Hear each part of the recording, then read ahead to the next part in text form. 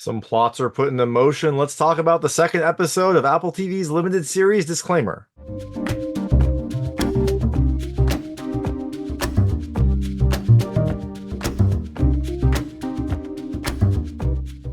Hey everyone, it's David Stark from Watcher Pass, and I'm here to talk about Disclaimer Season 1, Episode 2, entitled 2, Roman 2, coming to Apple TV Plus on October 11, 2024, the same day as Disclaimer Episode 1. They are releasing both episodes on the first day. That is a very common Apple TV Plus tactic, strategy, whatever you want to call it. So you get 2 for the price of 1. Now, is this episode worth watching just like the first one was? My hot take is yes, I definitely think you should watch it. It is a strong follow-up episode that gives you a little bit more backstory, but also lets you see some plans that are put into motion. It has some intrigue, some drama, and some wonderful music. I really enjoyed this episode. I've liked this series so far, so I definitely think you should check it out. Now, I'm going to tell you a little about the episode, a few things I like, a few things I didn't like, and then really quickly go into a recap. So as you can imagine, there will be spoilers in the recap section. If you don't want to know what happens in this episode, and you might not, there are some big surprises. I would turn it off when I get to the recap. Before that, though, I'll keep it vague. I'll keep it spoiler-free. I'll let you know when I get to those spoilers.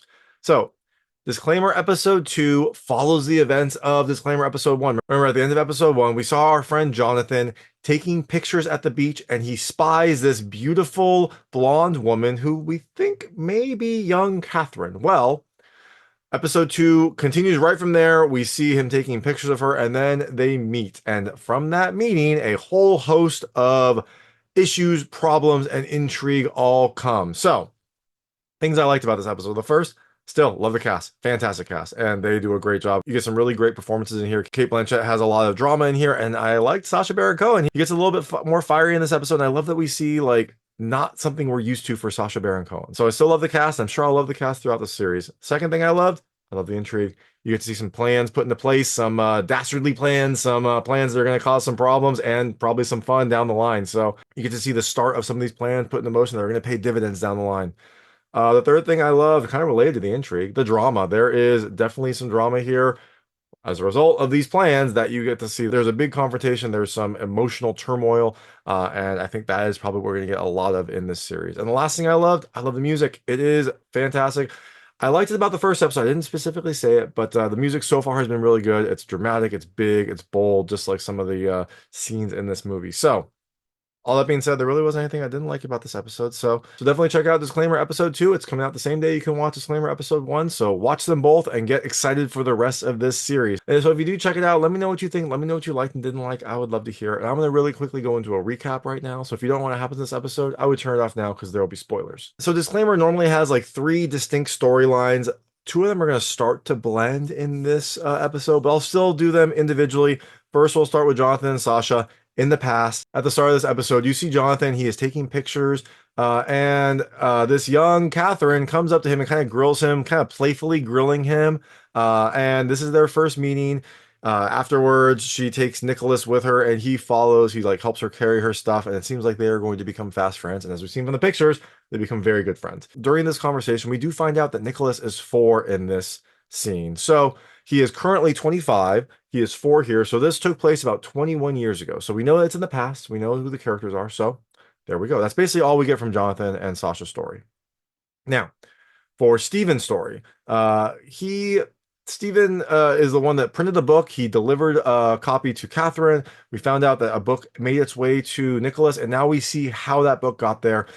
Stephen went to Nicholas's work. He works at like a department store and inquired about a vacuum, but really all he wanted to do was drop off this book. So while he was talking to him, he kind of like surreptitiously dropped the wrapped book on the counter so that, you know, you couldn't tell it was him, but eventually someone found it and gave it to Nicholas. Now, Stephen also goes and makes copies of those pictures, the kind of like racy pictures that are of Catherine, and makes a copy of the pictures, the USB drive, and a copy of the book, and gives it to Robert. He hand delivers it to Robert's assistant to make sure that he would get it.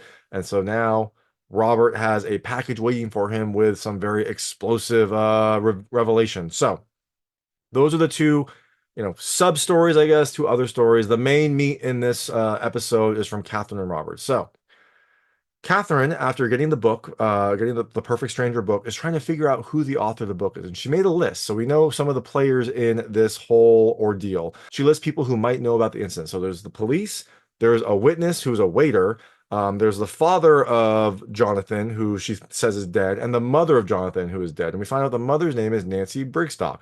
Nancy, the wife or the dead wife of Stephen.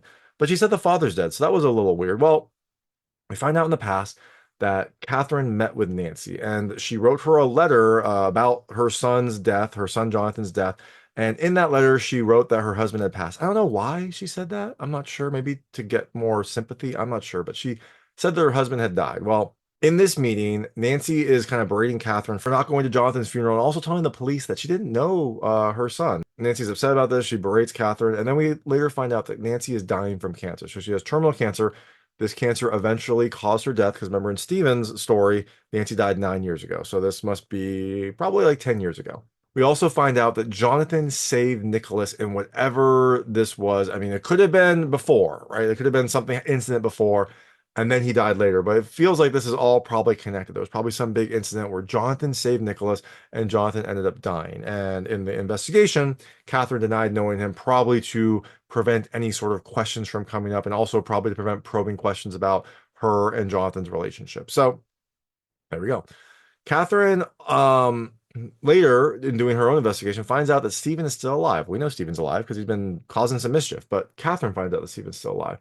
And in her paper, she writes pedophile, which we had not heard of before. So I guess we'll see. Maybe that was one of the stories that she found in her investigation, but that's a little new piece of information we didn't know. Now, when Robert finally receives the pictures from his assistant, he knows the pictures because he recognizes the bed, he recognizes the beach, he knows that they were in Italy, and we find out that he had to fly home early from that trip and left Catherine and Nicholas behind. Now, earlier, Catherine had plans with Robert for dinner. She was making his favorite dish, this like fish dish, and Robert, after getting this package, just blows her off for dinner. He doesn't text, he ignores her, he goes to see Nicholas, and he takes him out to dinner, and he tries to get Nicholas to tell him about the Italy trip. He says, he felt really bad when he left, and if Nicholas remembered anything. Nick says he doesn't remember anything, and we have no reason not to believe him. But Robert seems a little disappointed that he didn't actually remember anything. Now, after he eats with slash grills his son, he goes back home finally, and it's late. Catherine's in bed, and Robert confronts her with all the pictures, all the evidence, and he starts saying that this all makes sense. He explains that um, this explains why she was never happy with him, and this explains why she started working right after the trip because she needed more of the spotlight, things like that. Now, Catherine tries to turn around and say, I didn't want you to go home from that trip. And he's like, oh, come on, really? But they do also argue about Nicholas and how he doesn't remember because he says he doesn't remember. They both think he doesn't remember, but Robert thinks that this is probably one of the reasons why Nicholas is not close to Catherine at all. Probably something that he saw in this incident caused them to grow apart. So we get a little bit more information, not a ton, but we do find out during this conversation that Joinathan is dead. Joinathan, the son of Nancy, the son of Stephen, the person that Catherine had seems like an affair with. We don't know that for a fact, but it seems like an affair. He died at some point. We kind of get that information, but this time Catherine actually says it and says it to Robert.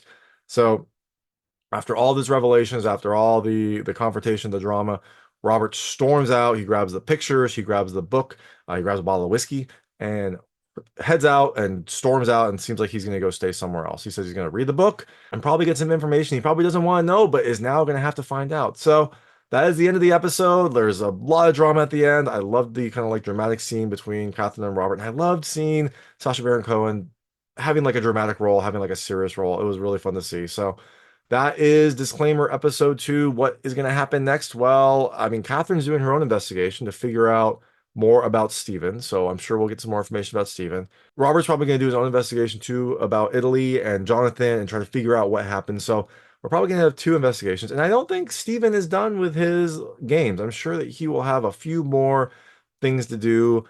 I guess we'll see. I mean, he has to make Catherine suffer. So now he has made Robert knowledgeable. He gave Nicholas the book, but I don't think he has specifically drawn the connection between Nicholas, the book, and Catherine. So I bet one of Stephen's new plans is going to be to let Nicholas know that this book is about Catherine and maybe jog some memories and also raise some resentment. So those are just things I think will probably happen. Maybe Catherine will confront Stephen. Maybe Catherine will try to buy him off or bribe him or do some countermeasures, like maybe she will release a story about him and this alleged pedophilia. So we will find out. We will find out what happens in next week. But that is Disclaimer episode 2. Definitely check it out. The series has been really good, and I'm excited to see where it goes. So if you do watch it, let me know what you think. Let me know what you liked and didn't like. I would love to hear it. And thanks so much for watching. If you like this review, please like and subscribe to this channel. It helps me out a lot. Make sure all my new content goes straight to you. Thank you.